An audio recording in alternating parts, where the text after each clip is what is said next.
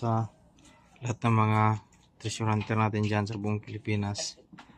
Ngayon, meron akong gumawa ko ng video kasi marami kasi nagtatanong kung tungkol dun sa locator na ginawa natin na frequency generated. Marami nagtatanong kung ano generator yung gamit, paano daw pangalan. Ito yung mga ka-TH yung hanapin nyo sa online store. Ito yung pangalan. I-search nyo lang to at makikita nyo to. Kung mapapansin niyo sa lahat ng nagbibenta ng locator na siniset yung frequency, na ganito yung makikita ninyo sa screen.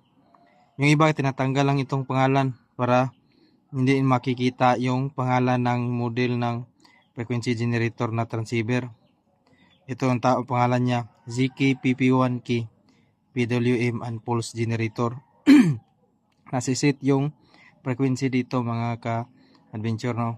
Frequency tapos yung duty in niya. Ibig sabihin nito gaano ka lakas yung bigay mo sa sa frequency niya. Tapos dito sa likod makikita ninyo dito merong 4 na butas. Yan, 4 na butas, medyo malabo. Itong 4 na butas ito, yung dalawa nito ay battery, positive negative. Saka yung dalawa rin dito niyo isasaksak yung coil na gagawin ninyo na konektado sa antena ninyo. Ito ganito na magnetic coil. Tapos mga ka-adventure, meron akong sasabihin sa inyo. Hindi basta-basta yung pag-ikot ng coil. Kasi pag namali yung ikot ng coil nyo, hahatak siya, pero pagdating na sa doon na sa sentro, ililihis ka niya. Kasi ibis na tutumbukin niya yung sentro, sa gilid siya hahatak. Kasi kung mapansin niyo yung magnet, meron yung push and pull. Ganon rin yung principle ng frequency na ibabato na natin sa locator at hatakin niya. Ibabato niya, tapos mag-attract siya ng frequency. Pagdating doon, pag mali yung pag-ikot ng coil nyo, imbis na sa sentro siya hatak, doon lang siya sa gilid-gilid. Hatak siya ng ganon, pero doon lang siya sa gilid-gilid. So, yung sentro di nyo matatamaan. Yung tamang pag-ikot ng anong tawag nito mga ka-adventure, magnetic wire. Ito scrap lang to nung sa isa kong locator. Ganito, nasa na yung dulo nito. Ganito mga ka-adventure. Medyo malabo kasi medyo madilim na. Yan, lagyan natin ng ilaw. Ganito. Kung mapansin niyo sa lahat ng mga locator na binibili ninyo, kahit doon sa yung mga mamahalin, Gold Hunter, yung mga Spark, yung mga lahat ng locator, kahit nasa labas galing or dito sa Pilipinas, nasabi nila hanapin yung site south at saka north, saka sa south ka harap pag nag-locate ka. Yung iba naman sa east. Ganito kasi yan mga ka-adventure. Yung hatak ng magnetic field is south to north. So, yung north is hihigupin niya, tapos iluluwa niya doon sa south. Kaya, ang mangyari, ganito, ito yung north, ito yung south. Ganun yung mangyari. Ganyan, south. Lalabas siya, iikot, pupunta doon sa north. Kaya, ang ikot ng coil niyo is ganito. Ito yung dulo. Tapos papaloob south, tapos yan north, south na naman, ganyan. So south to north. Tapos pagdating dito mga ka-adventure, isipin natin na nakarating na kayo dito, huwag nyo ibalik papunta doon.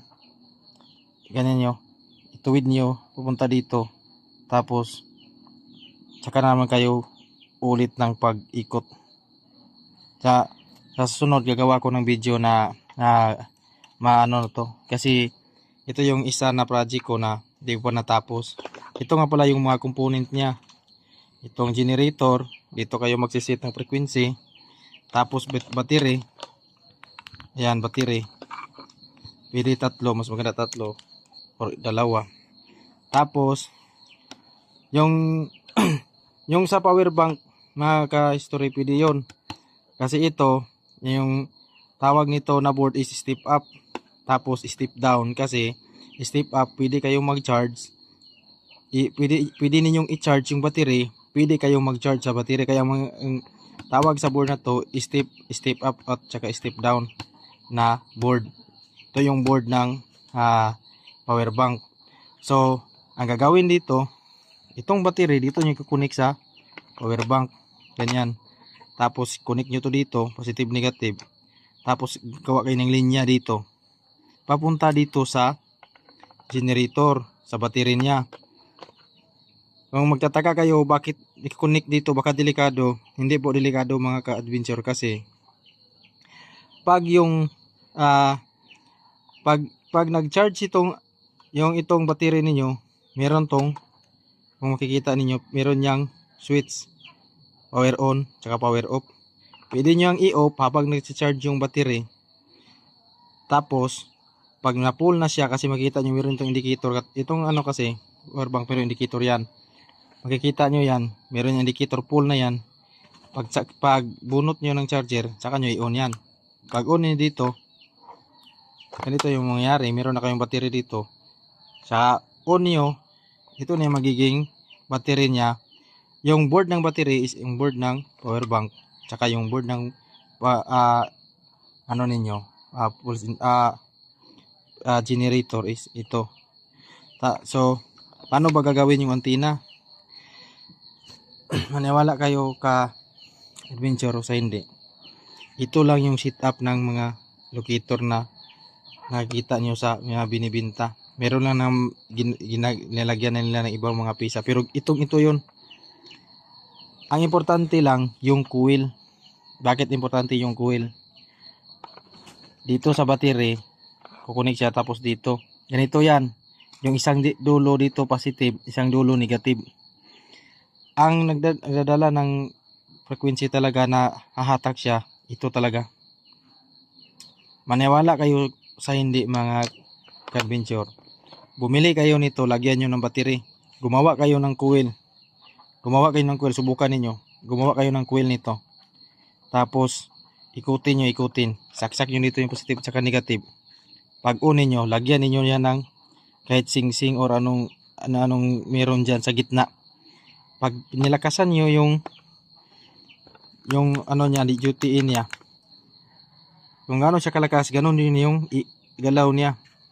So bakit talagyan natin yung itong coil, bakit talagyan natin ng ganito, bronze or soft metal to, soft metal, kasi ito yung magiging core niya, ito yung magiging magnet.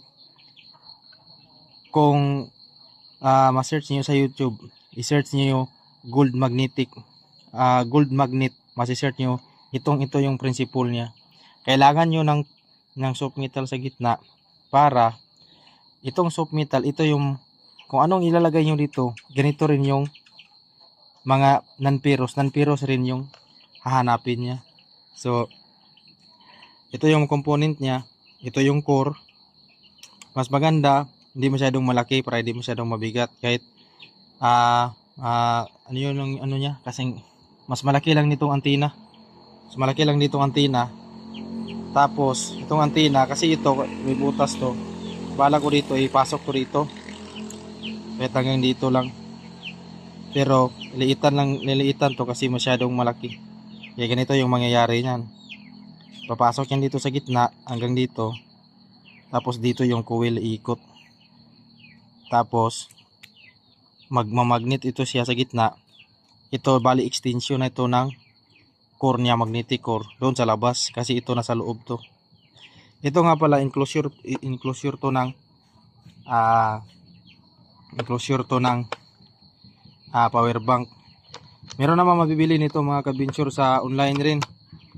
Kagaya nito mabibili nyo rin, pero kung hindi ka kabisado sa laki saka sa sukat, baka makapili ka ng malaki o sobrang laki o sobrang maliit.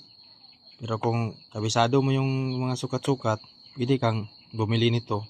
Tapos isipin mo lang, meron siya 3 battery, meron siyang makina at saka merong board. Pero sa iba na magaling, meron kasing mga katresurante natin dyan iba na magaling sila gumawa. Ito pwede itong mga ka-adventure, pwede ito gawin i-separate sa gun niya or sa pistolized na locator. Gawin mo siyang pistolized, bali yung kaha niya ditong yung iba kasi ito yung kaha nilagay dito, tapos dito rin yung bearing sa ilalim. Kaya ang gagawin dito siya. Pero yung merong magaling na iba, ito yung gagawin na coil na lang, tapos i-connect na lang sa wire dito, positive, negative, diyan. Pero masyadong komplikado. Depende na lang sa inyo kung paano ninyo gawin. Sa susunod na video mga ka-adventure, gagawa ako ng ito, coil. Ito kasi yung importante. Ito hindi naman to.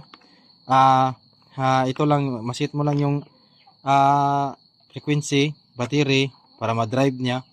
Pero yung magnet talaga is ito. Yung tinatawag na magnetic core. Ito talaga yung pinaka-importante sa lahat mga ka-adventure. Sa susunod na video, gagawa ko nito. Pero ito masyado kasi itong mabigat. Pag inilagay ko to dito, lalong bibigat yung kaha. Kaya kailangan ko ng maliit na hindi masyadong mabigat na mapasok tong antena dyan. Tapos itong coil, hindi na to lalapat dito sa antena, dito na siya mismo. Tapos igagawa ko yung prinsipyo. Ito yung pinaka importante. So hanggang dito na lang mga ka-adventure. Sa susunod na video, gagawa ko ng video para dito sa ito niya, magnetic talaga niya, itong gold magnet niya na core. Marami magagalit sa akin nito kasi ito talaga, kung mapapansin nyo, mayroong mga binibinta na isisit nila yung mga frequency dyan, mga pangalan. Mayroong mga kaha ganito, enclosure. Pero yung ito lang yung mga makina niyan, ito lang. Tapos ito, step up, step down na board para sa battery. Tapos ito. Tapos ito na. Ito, minsan nakakaligtaan to. Ito yung pinaka-importante. Magnetic magnetic coil. I-search niyo mga ka-history, ka-adventure kahit i-search niyo sa YouTube o sa Google, i-search niyo gold magnet kung paano gagawin. Tapos kayo na mag-analyze kung bakit ito yung mga setup ko. Mula pa noon, ito na yung mga setup ko dati. Ito na yung mga setup ko. Yung setup nito kagaya ng setup ng Gold Hunter sa Gold Hunter na locator. Ito yun, ganito yung setup. Maraming salamat at sa hindi pa nakapag-subscribe, subscribe nyo yung video ko, tapos like nyo na rin para palagi nyo updated sa bago kong video. Sa sunod na video, i-demo ko yung paggawa nito. Tsaka sa lahat ng gusto magpa-shoutout, i-comment nyo lang yan sa comment section. Si-shoutout ko kayo sa next video. Maraming salamat po. Happy hunting.